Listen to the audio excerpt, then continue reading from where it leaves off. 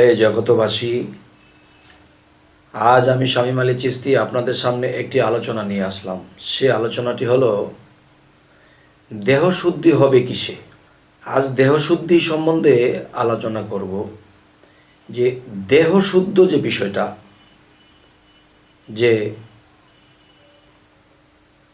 এই দেহের মধ্যে মিশে আছে আত্মা,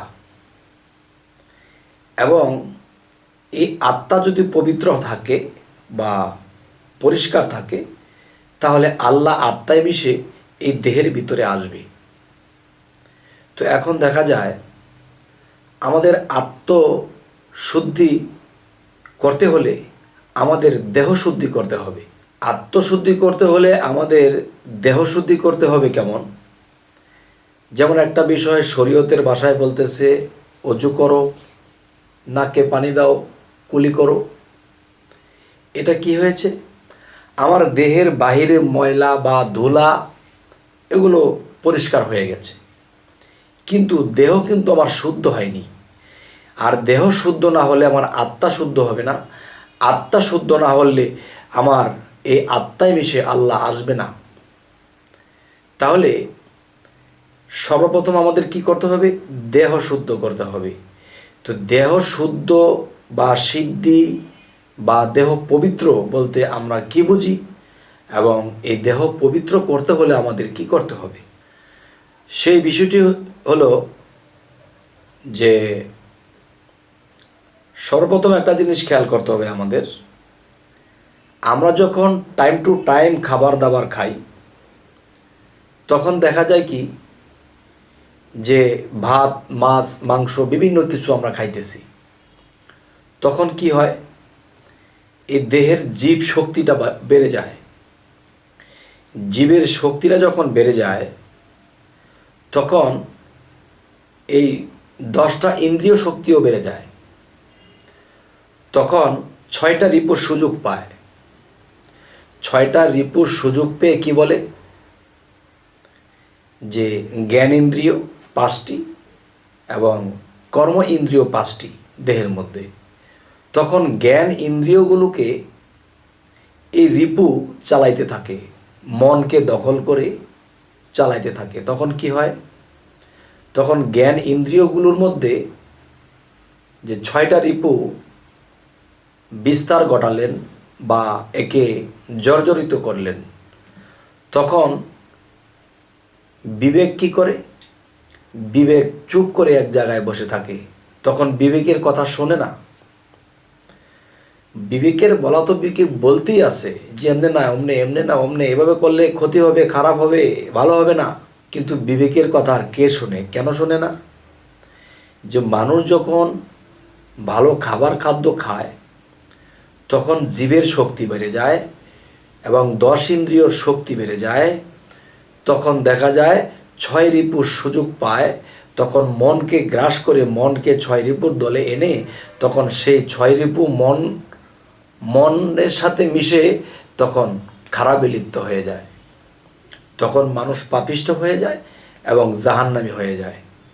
তাই বলতে চাই, আগে দেহ শুদ্ধি করতে হবে। দেহ শুদ্ধিটা করতে হলে দেখেন, প্রত্যেকটা জিনিসের একটা করে স্বভাব আছে।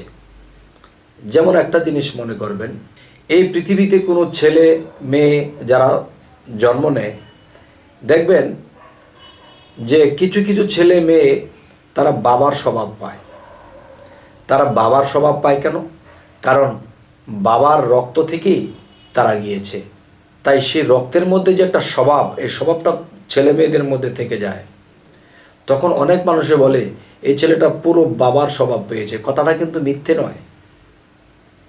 আচ্ছা, তাহলে একটা বাবার থেকে যখন একটা ছেলে জন্ম নিয়েছে, তখন কিন্তু সে বড় হলে যদি ওরকম ধরনের কোনো কাজকর্ম করে, তখন মানুষ বলে কি সম্পূর্ণ বাবার স্বভাব পেয়েছে ছেলেটা। আচ্ছা, এরপর আমি বলবো যে এই পৃথিবীতে আমরা কেন এসেছি? এই আত্মার মুক্তি ঘটিয়ে যাব। এখন আত্মার মুক্ত হতে হলে আত্মা পবিত্র হতে হবে, এবং সেই পবিত্র আত্মায় আল্লাহ আসবে। কিন্তু দেহ পবিত্র না হলে, দেহ শুদ্ধ না হলে আত্মা শুদ্ধ হবে না, আর অশুদ্ধ আত্মার মধ্যে আল্লাহ আসবে না। হে জগতবাসী, তো আজকের যে বিষয়টা বোঝাইতে চাইতেছি, যে বাবার অংশের থেকে যখন জন্ম নিল তো বাবার স্বভাব পেল। তো এই পৃথিবীতে দেখা যায় মানুষ যখন গরুর মাংস, হরিণের মাংস, মহিষের মাংস, বিভিন্ন প্রাণী জগতের মাংস যখন খেতে থাকে, তবে দেখবেন এই প্রাণী জগতের মধ্যে গেলে এক একটা প্রাণীর এক এক ধরনের স্বভাব। গরুর একটা স্বভাব, এবং মহিষের একটা স্বভাব, এবং ছাগলের একটা স্বভাব। তাহলে আমরা যখন এই মাংসগুলো খাই তখন দেখা যায় যে তার শরীরে লেগে থাকা বা এই দেহের অংশটাকে যখন আমরা খাই, খাবার দাবার পরে তখন দেখা যাচ্ছে যে একটা সময় আমাদের রক্তের সাথে মিশে তাদের কিছু স্বভাব এসে যায়। যারা এই জিনিসগুলো অতিরিক্ত খায়, ওই বছরে 2-1বার খেয়েছে, ওটাতে পায় না, কোরবানির ঈদে খাবে, এই বিভিন্ন 6 মাসে 9 মাসে একবার খেলে কিছু হবে না। কিন্তু যারা রেগুলারলি বিভিন্ন প্রাণীর মাংস খাবে, তখন কি হবে, সেই প্রাণীদের কিছুটা স্বভাব তার মধ্যে কাজ করবে। কেউ গরুর মতো স্বভাব, কারো মহিষের মতো স্বভাব, কারো বিভিন্ন স্বভাব একটা মানুষের মধ্যে কাজ করে। তখন সেই মানুষটির শরীরটা থাকে উচ্ছৃঙ্খল। সেই স্বভাবগুলো যখন কাজ করে তখন সে নামাজে ডুবতে পারে না। সেই স্বভাবগুলো যখন কাজ করে তখন ধ্যানে ডুবতে পারে না।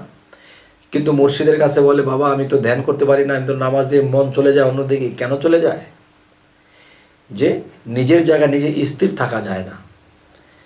তো এই জন্য একটা কথা বলে থাকি, দেখবেন বাঘ, ভাল্লুক, সিংহ এরা কিন্তু মাংস খায়, এরা কিন্তু উশৃঙ্খল করে, এরে থাবা দিচ্ছে, এরে মারছে, এরে খাইতেছে। কিন্তু দেখবেন এত বড় একটা দেহ হাতি, সে কিন্তু ঘাস খায়, সে কিন্তু মাংস খায় না। কিন্তু এত বড় দেহ থাকার পরেও, এত শক্তি থাকার পরেও তার চলাফেরাগুলো কি নীরব।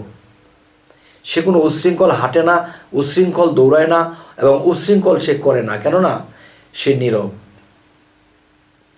তাহলে বোঝা গেল সে ঘাস খায়, সে নীরব।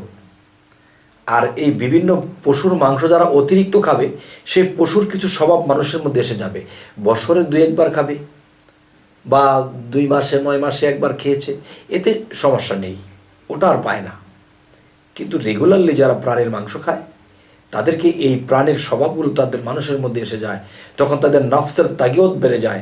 তখন তার দ্বারা মা, বোন বা আত্মীয় স্বজন বা কোনো কিছু চোখে পড়ে না। তার মনে যা চাই তাই করে, কিছু বলে ফেলে, কিছু করে ফেলে, কিছু অপরাধ করে ফেলে, কামে লিপ্ত হয়ে যায়। মন অস্থির থাকে, আল্লাহর ইবাদত করা যায় না। কারণ সেই মাংস যে খেয়েছিল বাঘ, ভাল্লুক, তারা কিন্তু উশৃঙ্খল। এবং আমরাও যদি মানুষ হয়ে মাংসটা একটু বেশি খাই, তখন কিন্তু সেই উশৃঙ্খল আমাদের মধ্যে এসে যাবে। তখন কিন্তু আমরা ইবাদতে ডুবতে পারবো না।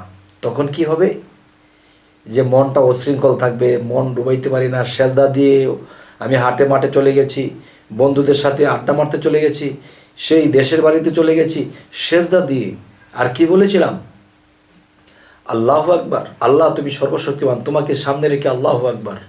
কিন্তু আল্লাহকে সামনে দাঁড় করে আমরা চলে গেছি। পরে যখন সালাম ফিরাবে ইমাম সাহেব, সালাম ফিরানোর শব্দ শুনে তখন আমি আবার মসজিদে ফিরে এলাম। এতক্ষণ কিন্তু মসজিদে ছিলাম না। তাহলে এগুলা কেন হচ্ছে? বিভিন্ন স্বভাব আমার মধ্যে কাজ করে, যার ফলে আল্লাহকে ডাকার অভাব, আল্লাহর দিকে মন দেওয়ার অভাব হয়ে যায়। হে জগতবাসী, আজ কেন এই আলোচনাগুলো করলাম? দেহশুদ্ধি। দেহশুদ্ধ করতে হলে আমাদের কি করতে হবে? অতিরিক্ত পরিমাণে আমাদের নিরামিষ খাওয়া খাদ্য করতে হবে। যেমন মাছ একটা ফ্যামিলিতে থাকলে খেতে হয়, হয়তো সপ্তাহে একটু খেলাম, বা মাসে একদিন একটু মাংস খেলাম, আর না খেয়ে পারলে আরও বেশি ভালো। তবে আস্তে আস্তে সেই উশৃঙ্খলটা কেটে যাবে, নীরবতাটা চলে আসবে। তখন নীরের দেশে যখন ডুববো, তখন চোখে পানি আসবে। আর এই আত্মশুদ্ধি যখন হবে, উশৃঙ্খল জিনিসটা যখন কমে যাবে, তখন আমার আত্মা সিদ্ধ হবে, এবং সেই আত্মা এবং কালবের মধ্যে জিকির চালু হয়ে যাবে। তখন আল্লাহর কথা মনে করলেই চোখে পানি এসে যাবে। তখন কি হবে? আল্লাহ তার ডাকে সাড়া দেবে, সে আত্মায় মিশে আল্লাহ বান্দার মধ্যে মিশবে, তখন কি হবে, যে একজন আউলিয়ার মধ্যে যখন আল্লাহ এসে মিশে, তখন কিন্তু সেই দেহটা কখনো মাটিয়ে খেতে পারে না। হে জগতবাসী, আজকের আলোচনা এটি যে দেহশুদ্ধ আমরা করতে হলে আমরা যে কোনো জিনিস, যে কোনো প্রাণের মাংস, যে কোনোভাবে আমরা এই খাওয়া কমিয়ে দিতে হবে, আস্তে আস্তে কমিয়ে দিতে হবে। আর কি করতে হবে? অতিরিক্ত জিকির করতে হবে। জিকির হলো আত্মার খাদ্য। আত্মা শক্তিশালী হবে এবং এই দেহটা নীরব হবে, উচ্ছৃঙ্খল কেটে যাবে। তখন আমরা চোখের পানির সাথে যখন আল্লাহকে ডাকবো, তখন আল্লাহ আরশে আজিমে থাকতে পারবে না গো। তিনি এসে বান্দার ডাকে সাড়া দেবে। হয়তো ভাগ্য নসিব যদি ভালো হয়, কর্মের ধারা যদি ভালো হয়, আল্লাহর সাক্ষাৎ ঘটিয়ে দেবে। আল্লাহ কিন্তু কোরআনে এমন কথা বলে নেই যে আমার সাক্ষাৎ কেউ পাবে না, পাবে। তবে এই নিয়ম যদি আমরা করি, ইনশাল্লাহ ইনশাল্লাহ আমরা এই পৃথিবী থেকে আল্লাহর সাক্ষাৎ ঘটিয়ে যেতে পারবো। তবে হে জগতবাসী, আমাদের এই চ্যানেলের আলোচনা যদি আপনাদের ভালো লাগে তো অবশ্যই সাবস্ক্রাইব করবেন। এই সাবস্ক্রাইবের মাধ্যমে আপনারা আমাদের বাকি ভিডিওগুলো পেয়ে যাবেন। তো আজ এই বলেই রাখছি, সকলেই ভালো থাকবেন। আল্লাহ হাফিজ।